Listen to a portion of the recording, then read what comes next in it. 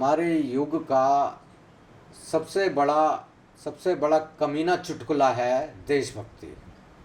और इस देश में इस वक्त दो लोगों से बहुत बड़ा खतरा है। देश के लोगों को, इस देश को दो लोगों से बहुत बड़ा खतरा है। एक तो राष्ट्रवादी देशभक्त लोग और दूसरा राष्ट्रीय मीडिया। दिल्ली हाई कोर्ट में बताने से रह गई कि वहाँ पर सिर्फ लोग रहते नहीं हैं, बल्कि दिल्ली का टैंकर माफिया काम कर रहा है। दिल्ली से लगभग 1 लाख लीटर यमुना से पानी निकाला जाता है। ज़रूरत है कि अपने जो कायदे कानून हैं उनको इम्प्लीमेंट करना, उनको जो नियम है उनको एग्जीक्यूट करना। और लगभग 25 लाख लोग और यहाँ से उजाड़े जाएंगे। बहुत इस तरह के अवैध निर्माण हैं, पूरी दिल्ली में अवैध निर्माण हो रहे हैं और ये लोग खुद करा रहे हैं, भाजपा के विधायक करा रहे हैं, भाजपा के पार्षद करा रहे हैं। तो आखिर ये किसके लिए किया जा रहा है, किसके कहने पर किया जा रहा है, क्यों किया जा रहा है? नमस्कार दोस्तों, टाउन हॉल टाइम्स में आप सभी का एक बार फिर से बहुत बहुत स्वागत है। और जैसा कि आप जानते हैं, हम आपके लिए लेकर आते हैं देश और दुनिया की वो खबरें और उन खबरों के पीछे छुपी जो खबरें हैं, जो इनको हम असल खबरें कहते हैं, वो लेकर आते हैं। जैसा कि आप जानते हैं कि आज दिल्ली में यमुना क्लीनिंग के नाम पर भारतीय जनता पार्टी के लोग, दिल्ली की मुख्यमंत्री और दिल्ली के मंत्री जमकर फोटोबाजी, रीलबाजी कर रहे हैं। सोशल मीडिया पर वो लोग छाए हुए हैं। उसमें दिखाया जा रहा है कि वो किस तरीके से यमुना में से एक पॉलीथीन निकाल कर या कुछ कूड़ा निकाल कर कैसे उसको यमुना की सफाई कर रहे हैं। कितना बड़ा काम वो कर रहे हैं। और दिल्ली के बजट में लगभग 6,449 करोड़ रुपए इस बार यमुना की सफाई के लिए भी दिए गए थे। और 2014 से लेकर अब तक केंद्र सरकार ने भी 23,449 करोड़ रुपए यमुना की सफाई के लिए दिए हैं। लेकिन हकीकत आप सब लोगों के सामने है कि अगर आप कोई भी यमुना के आसपास जाते हैं और देखते हैं कि किस तरीके से यमुना सूखी पड़ी हुई है, गंदी पड़ी हुई है और उसका क्या हाल है, ये सब आपके सामने होता है। और आप देखेंगे कि ये किस तरीके से एक तरह की ड्रामेबाजी चल रही है कि यमुना की सफाई हो रही है और युद्ध स्तर पर काम हो रहा है। तो युद्ध स्तर पर काम होने का मतलब ये है कि यमुना का पानी पीने लायक हो जाए, यानी इतनी सफाई हो जाए, पीने लायक हो जाए। लेकिन जो कोलिफॉर्म वगैरह, अमोनिया, जितने भी जहरीले तत्व हैं यमुना के अंदर, वो इतनी अधिक मात्रा में है कि उस यमुना में उस पानी के प्राणी भी जिंदा नहीं रह सकते। यानी इतनी खतरनाक स्थिति में है यमुना का पानी। दोस्तों, इस यमुना की सफाई को लेकर, एक फ्लड प्लेन को लेकर दिल्ली हाई कोर्ट में एक याचिका दायर की गई थी। विजय कुमार दिवाकर नाम के एक व्यक्ति ने, उन्होंने याचिका में कहा था कि दिल्ली का जो इको क्षेत्र है, सेंसिटिव क्षेत्र है, और इसको बचाया जाए।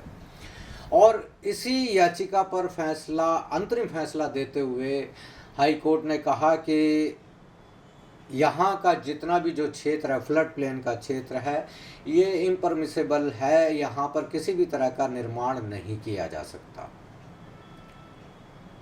और दिल्ली सरकार को सख्त आदेश दिए, डीडीए को, एमसीडी को सख्त आदेश दिए कि यहाँ से इस तरह के अवैध निर्माणों को हटाया जाए। और उसी के बाद से यहाँ पर जगह जगह पर इस फ्लड प्लेन क्षेत्र के आसपास में लगातार ओजोन के बोर्ड लगने लग गए हैं, जिससे कि बताया जा रहा है लगभग 15 लाख लोग बेघर हो जाएंगे। यानी 15 लाख लोगों को यहाँ से उजाड़ दिया जाएगा। इससे पूरी दिल्ली में हाहाकार है। लेकिन दिल्ली सरकार और दिल्ली सरकार के मंत्री ये कहते हैं कि नहीं, यहाँ के लोगों को नहीं उजाड़ा जाएगा, यहाँ के लोगों को नहीं हटाया जाएगा। वो बार बार जनता के सामने झूठ बोल रहे हैं कि यहाँ पे लोगों को हटाया नहीं जाएगा। लेकिन जिस वक्त में वो ये बयान दे रहे होते हैं, ठीक उसी वक्त में कहीं ना कहीं बुलडोजर चल रहा होता है। यहाँ मुख्यमंत्री रेखा गुप्ता जी जब भी कहती हैं कि दिल्ली से किसी भी झुग्गी झोंपड़ी को नहीं हटाया जाएगा, मोदी जी के हम बयान याद करते हैं कि जहाँ पर झुग्गी वहीं पे घर, जहाँ पर झुग्गी उसी को फ्लैट, लेकिन ऐसा कुछ नहीं हो रहा है, बल्कि जिसको हटा दिया गया तो हटा दिया गया, उजाड़ दिया तो उजाड़ दिया गया। अब इस क्षेत्र में तकरीबन 15 लाख परिवार आएंगे, 15 लाख परिवार आएंगे साहब, इतनी कोई छोटी मोटी बात नहीं है। 15 लाख लोग आ जाएंगे, 15 लाख परिवार इस क्षेत्र में आ रहे हैं, उनके घरों को उजाड़ा जा रहा है। और ये सारे लोग कौन हैं? छोटे मोटे गरीब मजदूर, किसान, जो छोटी मोटी यहाँ पर नौकरियाँ करते हैं, जो यहाँ पर जो प्रॉपर्टी डीलर्स हैं, जिन्होंने यमुना फ्लड प्लेन के आसपास में सरकारी ज़मीनों पर या यमुना की ज़मीनों पर कब्जा करके इन गरीबों को, किसानों को, मज़दूरों को किस्तों में प्लॉट बेचे, 25 गज के, 20 गज के, 50 गज के प्लॉट बेचे, और उस प्लॉट बेचने में कोई वो अकेले तो होंगे नहीं, यहाँ पर विधायक भी थे, यहाँ पर पार्षद भी थे, यहाँ पर एलजी भी थे, यहाँ पर पूरा देश का नेशनल मीडिया है। कैसे नहीं पड़ी उन लोगों की नज़र? सब कुछ चल रहा है, आज भी चल रहा है, अभी भी चल रहा है, इस वक्त में भी चल रहा है कि लोगों को ठगा जा रहा है, लोगों को मकान के नाम पर, घर के नाम पर, नौकरी के नाम पर उन लोगों को ठगा जा रहा है। लेकिन फिर भी सरकार चुपचाप बैठी हुई है। सरकार का बार बार ये कहना कि जी यहाँ पर कोई घर नहीं टूटेगा, ये सरकार बार बार झूठ बोल रही है। और साथ के साथ में हम ये भी बता दें कि ये सिर्फ फ्लड प्लेन की बात नहीं है। अभी दिल्ली सरकार ने एक लिस्ट और निकाली थी कि जिसमें दिल्ली की और भी बहुत सारी, जिसको हम बोलते हैं अनधिकृत कॉलोनी, उनको तोड़ा जाएगा और लगभग 25 लाख लोग और यहाँ से उजाड़े जाएंगे। तो आखिर ये किसके लिए किया जा रहा है? किसके कहने पर किया जा रहा है? क्यों किया जा रहा है? क्योंकि सबसे बड़ी बात तो ये थी कि जिस वक्त में ये बनाए जा रहे थे उस वक्त में भी सारा प्रशासनिक जो अमला था वो मौजूद था, वहीं का वहीं मौजूद था। तो जो भी कराया, जो भी हुआ, ये सब उनके रहमो करम से और उनकी सहमति से हुआ था। तो उन पर कार्रवाई क्यों नहीं की जा रही? कौन थे उस वक्त में अफसर? लाइए ढूंढ ढूंढ कर। अभी जिस तरीके से दिल्ली के पर्यावरण मंत्री मनजिंदर सिंह सिरसा और शिक्षा मंत्री आशीष सूद, इन्होंने भी बार बार, जब मालवीय नगर में एक अग्निकांड हुआ तो उन्होंने कहा कि इस तरह के हम अवैध निर्माण नहीं सहेंगे, 5वीं मंजिल नहीं बनाने देंगे, अवैध होगी। ये तो बहुत पहले से घोषित है, इसमें ऐसे बार बार घोषणा करने की ज़रूरत नहीं थी। ज़रूरत है कि अपने जो कायदे कानून हैं उनको इम्प्लीमेंट करना, उनको जो नियम है उनको एग्जीक्यूट करना। आप देख लीजिए कि ठीक इसी वक्त में ही, ये सिर्फ उस होटल की ही बात थी, चले जाइए वहीं चले जाइए, उसी जगह पर चले जाइए जहाँ पर आग लगी थी, उसके आजू बाजू में भी बहुत इस तरह के अवैध निर्माण हैं। पूरी दिल्ली में अवैध निर्माण हो रहे हैं और ये लोग खुद करा रहे हैं, भाजपा के विधायक करा रहे हैं, भाजपा के पार्षद करा रहे हैं, उनकी जो संग दे रहे हैं, उनका जो साथ दे रहे हैं, उसमें आम आदमी पार्टी के लोग हैं, उसमें कांग्रेस के लोग हैं, ये सब करा रहे हैं, ये आम लोगों को लूट रहे हैं।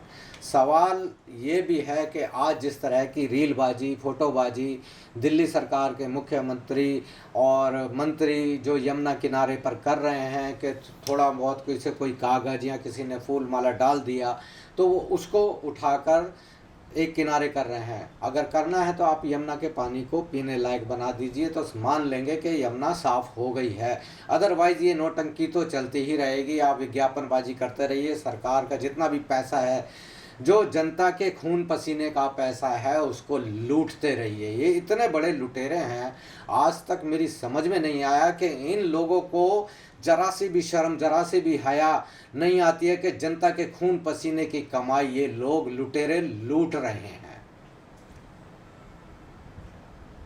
और बनेंगे क्या? देशभक्त। इन्हें देशभक्त बनना है, देशभक्त का नारा लगवाओ इनसे।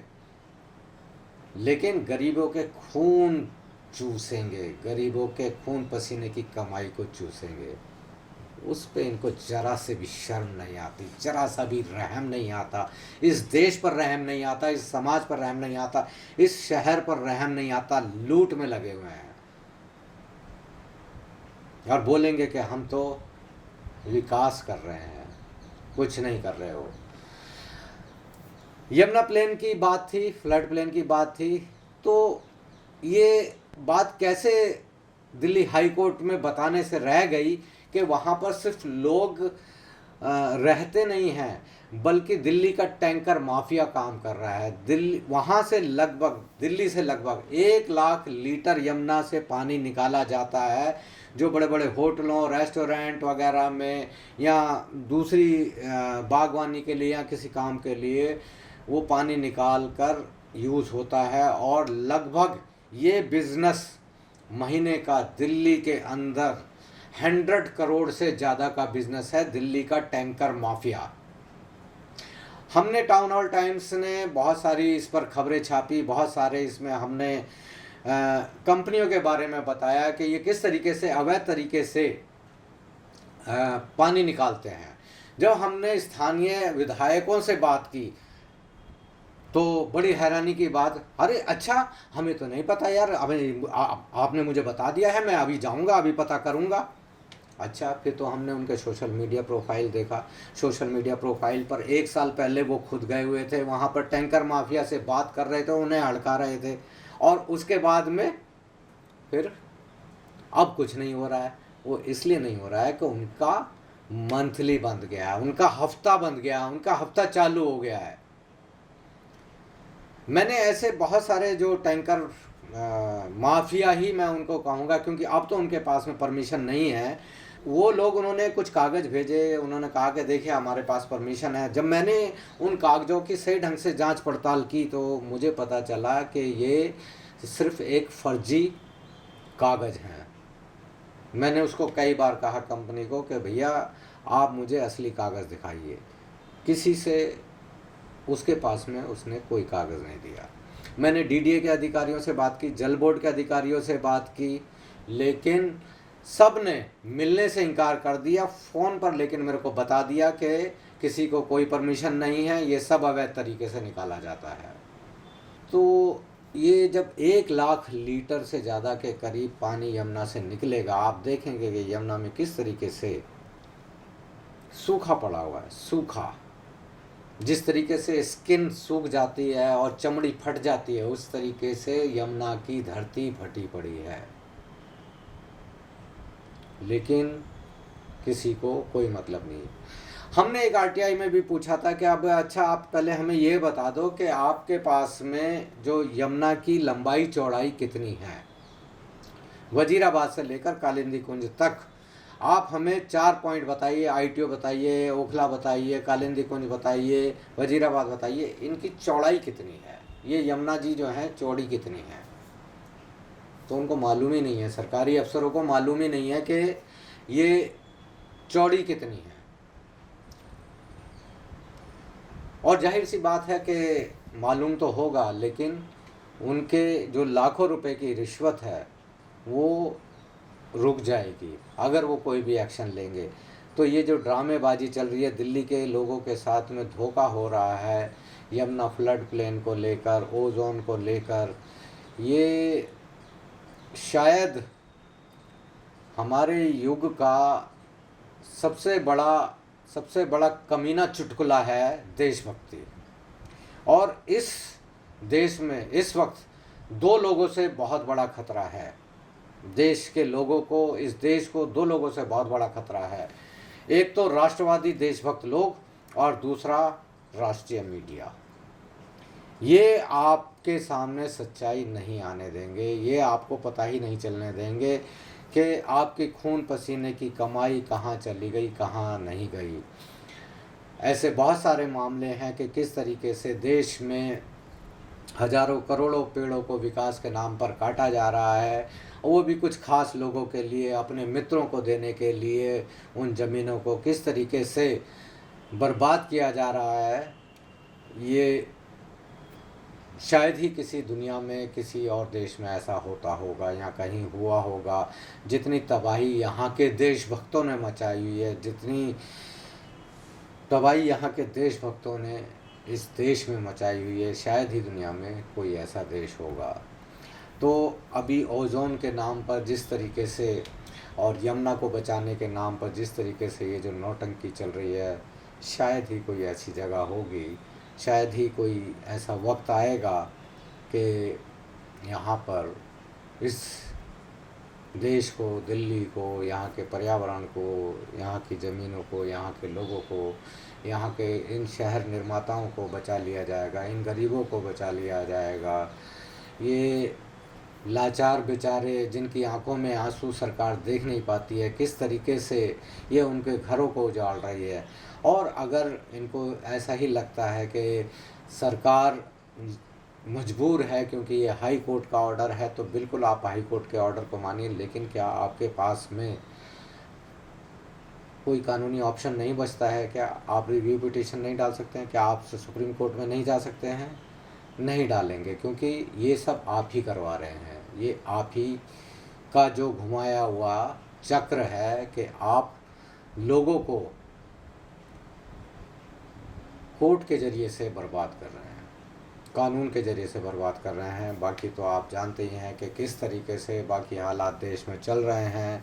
बंगाल चुनाव की 4000 ईवीएम मशीनें जल गई, जिनके अंदर सारे रिज़ल्ट्स थे। उसके बाद में सीसीटीवी फुटेज भी नहीं है, और उसके बाद में मीनाक्षी नटराजन का नॉमिनेशन भी कैंसिल कर दिया गया। वो सब हो रहा है इन्हीं संस्थाओं के ज़रिए। तो आप कैसे अपने देश को बचाएंगे, समाज को बचाएंगे, ये सब आपके ऊपर है। हमारा काम था सिर्फ सूचना देना, आपको सूचना दे दी गई है। धन्यवाद।